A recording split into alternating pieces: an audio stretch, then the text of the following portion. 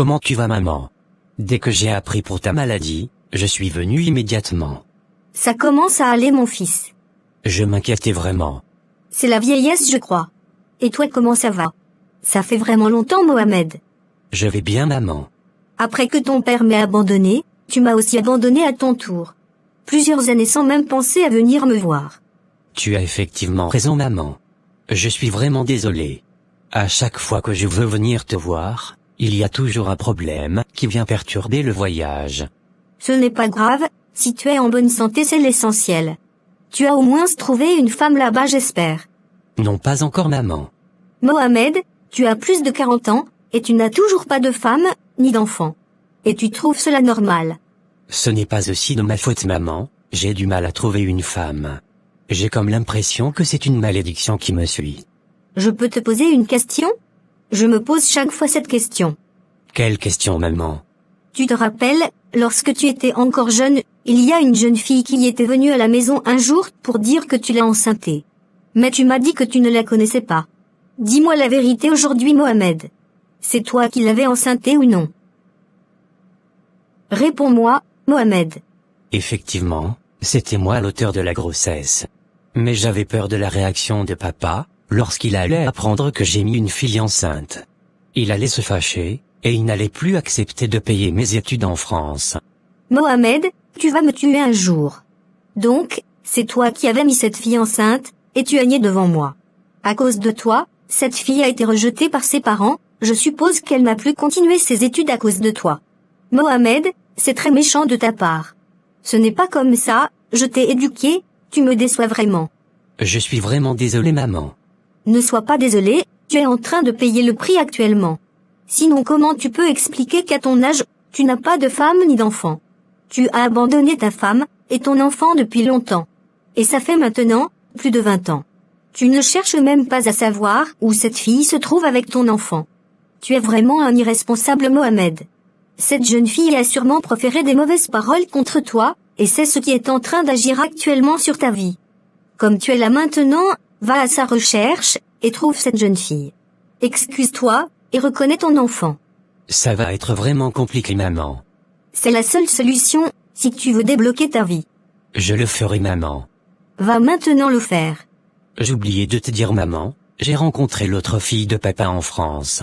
Oui, j'ai appris qu'il a eu une fille avec sa servante, et il a fini par l'épouser. Je ne suis jamais allé chez eux, je ne connais pas cette fille, ni sa mère.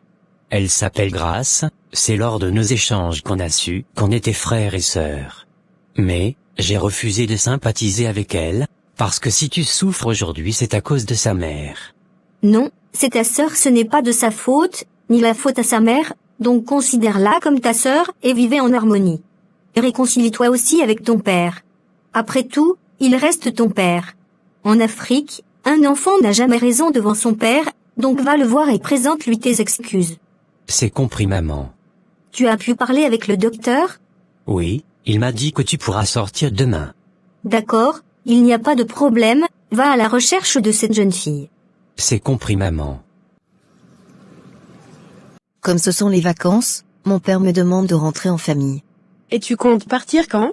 Après-demain, j'ai déjà réservé le billet d'avion. Si tu veux, on peut aller ensemble. C'est déjà trop tard, parce que moi j'aurais besoin d'un visa pour aller en Côte d'Ivoire. Tu peux aller en avance, après je vais te rejoindre là-bas. C'est mon père qui a un peu précipité les choses, c'est pourquoi.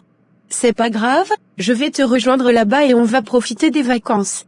Je compte aller également pour rencontrer Richard, mon ami de longue date. Ça fait 2 semaines que nous avons commencé à échanger. Ça sent l'amour en l'air. Pas du tout, il ne m'a pas encore fait de déclaration d'amour, nous échangeons juste comme des bons amis. Mais, ça ne saurait pas tarder. Après tout, tu es célibataire.